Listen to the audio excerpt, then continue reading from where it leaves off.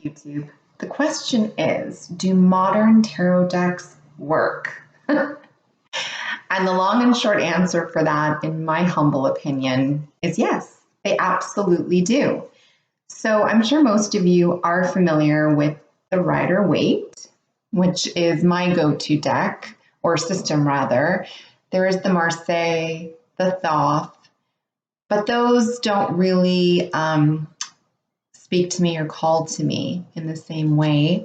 I have a couple Marseille decks and decks that are a cross between Marseille and RWS, but ultimately the Rider-Waite system is the system I am most familiar and is the best well-known system to me. Now, as a traditional tarot deck, this is a fan favorite for many. This is like the staple tarot deck that you can fall back on or certainly compare more modernized tarot decks to. There is absolutely nothing wrong with the original Rider-Waite. Now, when I say original, there are so many Rider-Waite clone decks and so many Rider-Waite decks in general that, you'd have to really get down to the nitty-gritty about copyright and, dates and editions and where, all that kind of thing. So this is just one example of a Rider-Waite deck, and this is the Tarot of A.E. Waite. And it is just one of many, like I said. It is very simplistic, and I find it to be too gray and dull. It doesn't really spark inspiration. And I also find some of the coloring a little bit distracting. I'm not sure if I'll get to her, but the Empress looks a little sickly in this particular version, where I've seen her look a lot more lively in other versions. But nonetheless, I digress. The point being is that this is just a great feel-good comfort, like your old friend that will always be there. With that said, I have a few examples of some modern decks that I think are very well done and that convey the meanings and the representations of the major and minor arcana. The first deck that I will talk briefly about is the Clover Tarot. Now, the Clover Tarot, I believe, is still available. It is, I guess, what you would call an indie deck, and it's very modern. So as you can see, it's a very different representation to the Rider-Waite in the way that it looks aesthetically, but it does follow the RWS system pretty well. So for example, the Eight of Wands, we know it to be signals, communication, synchronicities. Things are happening quite quickly, possibly a whole array of events, all kind of coming to a head and happening all at once. And it's just going to happen. And usually it tends to work towards a more positive outcome. It can also have a lot to do within the realm of love and relationships. What I like about this representation, although not my favorite, I do like the poetic license that the artist used as like travel, flight, swift movement, getting across.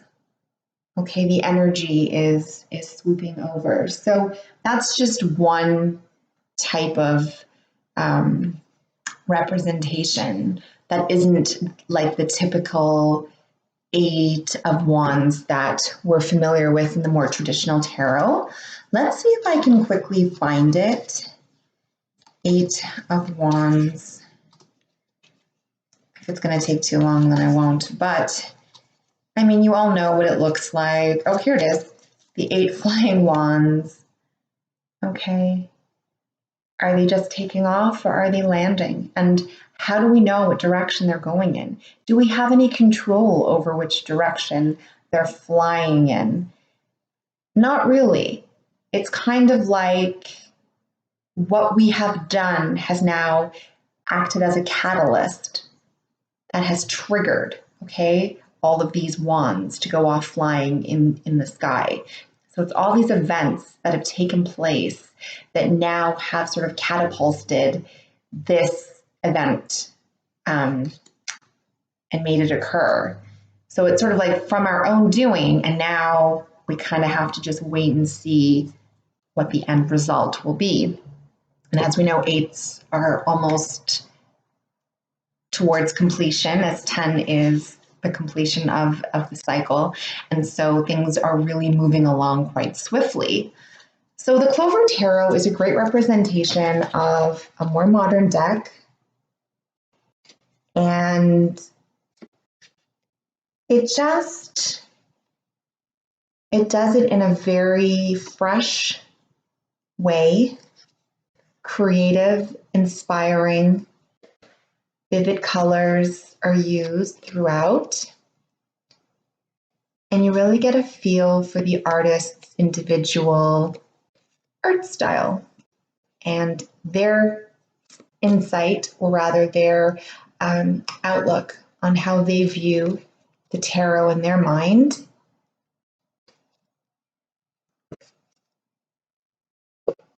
They are larger cards than a traditional tarot deck. So just so you can see A.G. Muller's deck, or Mueller, looks like that.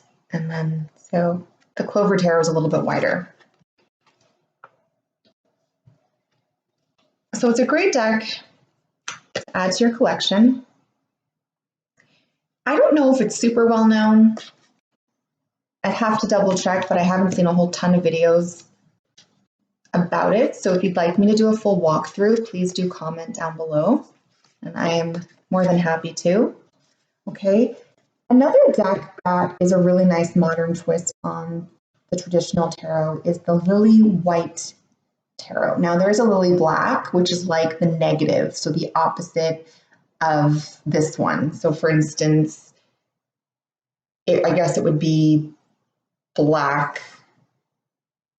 It's like taking like a photograph negative, if you know what I mean. And then it's just, so that doesn't really appeal to me as much. I prefer the lighter, brighter, kind of more crisper, fresher look. So this is the Magician, the Page of Cups, and they use the elementals to signify.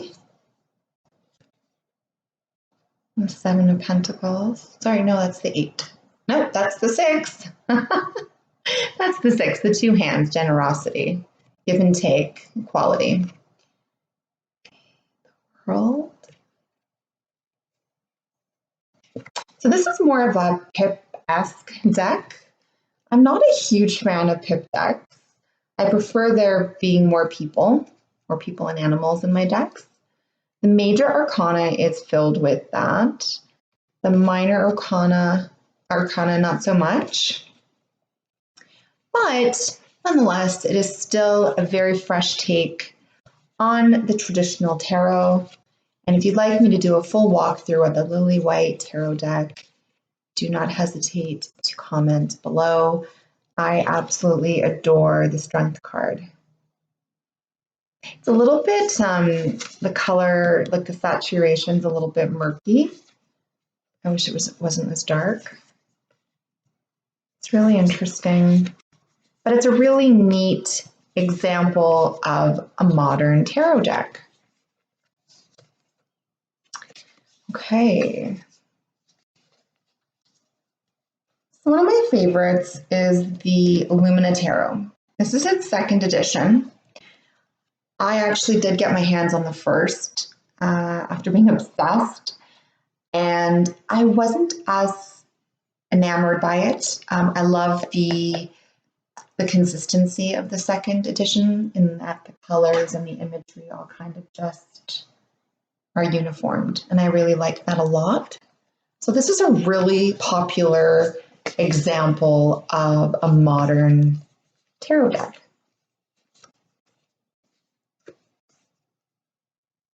I really like it. It's just, I mean, I don't necessarily love all the people in it per se, and I know there's a lot of controversy about that in regards to the way that the artist drew the people, being stick thin and all Caucasian. But this is more of a pip deck, and I actually prefer the non-quarts or the non-majors, like just the minors, but in the suits, the respective suits, which isn't something that I would typically say about a tarot deck. I love the King of Pentacles. He's an exception to what I just said. I really enjoy him a lot. They're all fairly young and attractive and model-esque. I really love that depiction of the Eight of Cups. Really like that a lot, going on a journey into the unknown, but knowing that you have to take this step, this leap, not even a leap, but just this chance, the risk of leaving behind the familiar, head towards the unknown. I never really cared much for the Hierophant here. I apologize, it's the Emperor. It's the Emperor. I love this Eight of Swords depiction. The little mouse, very sweet. See, I love the animals in this deck. I think that's what makes this deck for me. And I like the colors, the use of color. And that is the Nine of Wands. I was going to say the 8. I'm like, no, it's the 9. Temperance. A really cool death card. I like that Hermit. The Queen of Pentacles. Her hands look slightly disproportionate. I love this Chariot card. Stunning. Stunning with the astrological sign of Cancer. Scarab beetle. In the first edition, she was kind of freaky. Her hair was covering her face, and it reminded me of The Ring. So for that reason alone, I was like, no, thank you. But I really much prefer the wheel in this one, in the second edition. That's really neat. The Magen David, Star of David in Judaism. And that's the Six of Pentacles. I really like that give and take. It's a really nice representation. I just like the use of color. I love this one. The Seven of Cups. I like the Knight of Cups. And the Bat. I really do enjoy this deck a lot. And I really like the reprint of the Sun, which is interesting because I love women in art. And I actually do prefer this one. I think it speaks to me a lot louder as a meaning of the Sun than the first edition. And I love strength. Love, love, love strength. Look at the colors. I actually prefer her in this edition. She's too glammed up in the first one, and I like it. They need to look more spiritually, like earthy and bohemian-esque. Like, I don't know if I'm doing that any justice, but her in the pentacle, the Page of Swords, they were just a little bit too glammed up. And it kind of, I found it to be a bit distracting. I don't have it to compare, but just when I was looking through it, I really prefer the redraw of this one, the Two of Pentacles, which is one of my favorite cards in any tarot deck. So this is the Illumina Tarot. There she is. I like her in this edition better because she looks more like a warrior, a little worn and kind of, but not beaten, not defeated, not giving up. And then the hawk. So this one, the lily white, I don't actually use. It's pretty and I like to have it in my collection, but I prefer this one because I find them kind of similar in a sense. And I'd reach for this one over that one for sure. So there we go. There's videos on this one for sure. And then the other one that I owned it prior to this, and I sold it, and then I just became super obsessed with all of Jasmine Beckett Griffith's art. I think she's absolutely fantastic. And so I repurchased the Beautiful Creatures Tarot. I just wish it was glossy because I prefer glossy to matte. That's probably the only discrepancy that I have, and that it's gilded and that wears quite easily. It looks very pretty now because it's new, but I find that the more you use it, less pretty it looks after a while. But anyway, yeah, I do like glossy. So the first edition is you are able to get it for fair price. So I do prefer the images that she's replaced a few of those images from the first edition with, and all in all, it's more cohesive, and I do appreciate that in any tarot deck, certainly. But this is definitely what I would consider a modern tarot deck. In fact, this reminds me of the Chicoli, which I might have somewhere. And I think this is now the discrepancy with a lot of people in regards to tarot decks like this one in particular is that it was not drawn for a tarot deck specifically. Okay, so the art, it was not intended for the major and minor arcana. With that said, there are keywords, and I do agree with most of them, not all, but I am quite familiar and well versed in the tarot. And so it's not a problem for me. It kind of just makes me think of it in a slightly different way, maybe, or just adds kind of like another layer. And so I do appreciate that a lot. And yeah, so I know in the first edition it was all different. It was like fires, waters, earths, earths, fires, waters, and airs or something. And that could throw people off. And I like the wording on a card is very important to me. That can throw me off as well if it's not jiving with the visual and what I know it to be. So I do like the way that they have redone that and revamped Beautiful Creatures. And the second edition is pretty good. So I'm excited to have it again. And I'm slowly collecting all of her Oracle decks. They're so stunning. I'm not into Oracle as much as I am into Tarot, but I have to say they are just beautiful. So One of Cups, fondness, her little dragon.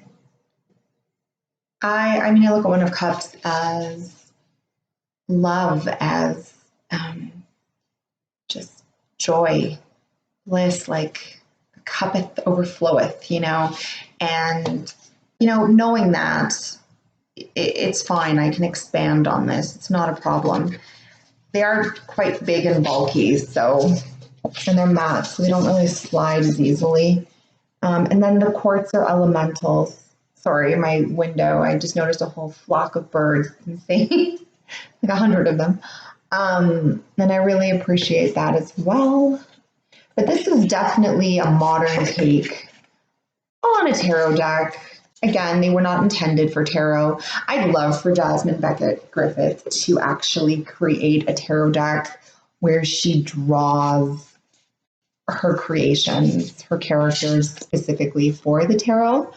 I don't want that to make this one redundant, and I don't believe that it will because it's still a really beautiful product. But I think that it could help a lot and probably appeal to those who are turned off by that very reason. I really love that one. That was used on the cover of the first edition. And all of these are supposed to be different to any of the images found in all of her Oracle decks, save one. There's the Alice Tarot that I believe came out after this one. And there is one image that's been duplicated, but it's not a big deal. I just noticed it mentioned that in the book. I love that image. Whereas this is all art that isn't typically found in any of her Oracle decks. I love this one too. I love her blue hair. They're just so good. Love it. Anyway, so that's just another example of a modern tarot deck. And what's great is that it kind of just freshens up the senses, It's nice to have your more traditional tarot deck and and have it to compare to and have it to kind of fall back on, or just to have as your, your go-to, your workhorse. But I mean, ultimately, you can just go from there and explore other realms of the imagination, seen through the scope of various artists. And I wish I was one myself. But it's just amazing to see what can be accomplished and how, it's all spoken through a very common language, and that's tarot. So however we interpret it, ultimately it's still the same unified thing. And no matter how we read the cards, interpret the cards, and understand them to be, essentially, it's a system that if we're taken with, then we can make it work for us and for those who seek it. So, I love that one. Stunning. I mean, the print quality is superb. And I look for that in any deck. I really do. I look for how well the quality is and everything. And this one, above and beyond by far. That is for sure. I think out of all my independent decks right now, this one is probably. I do have the Dark Mansion not with me at present. That is another great example of a more modern indie deck. I mean, there are so many out there. There are literally hundreds and thousands of tarot decks. And so just to stop at one kind, unless that's what you want, and that's fine, it's good to just explore other realms and other avenues and other options, even if you don't keep it, just to kind of, I don't know what I'm trying to say, but just to kind of like verse yourself and just sort of familiarize yourself and open your mind to the other possibilities of what else is out there. So that's like a little ramble that I just kind of thought I'd record. And I think modern decks, indie decks, are amazing. Kickstarter projects to back them up and to support all these beautiful new artists is fantastic. And it keeps it going. It keeps the juices flowing, and it just keeps creativity and inspiration fresh. And I will leave everybody on that note. And I hope everybody has a fantastic Friday and a great weekend, and see everybody very soon. Bye.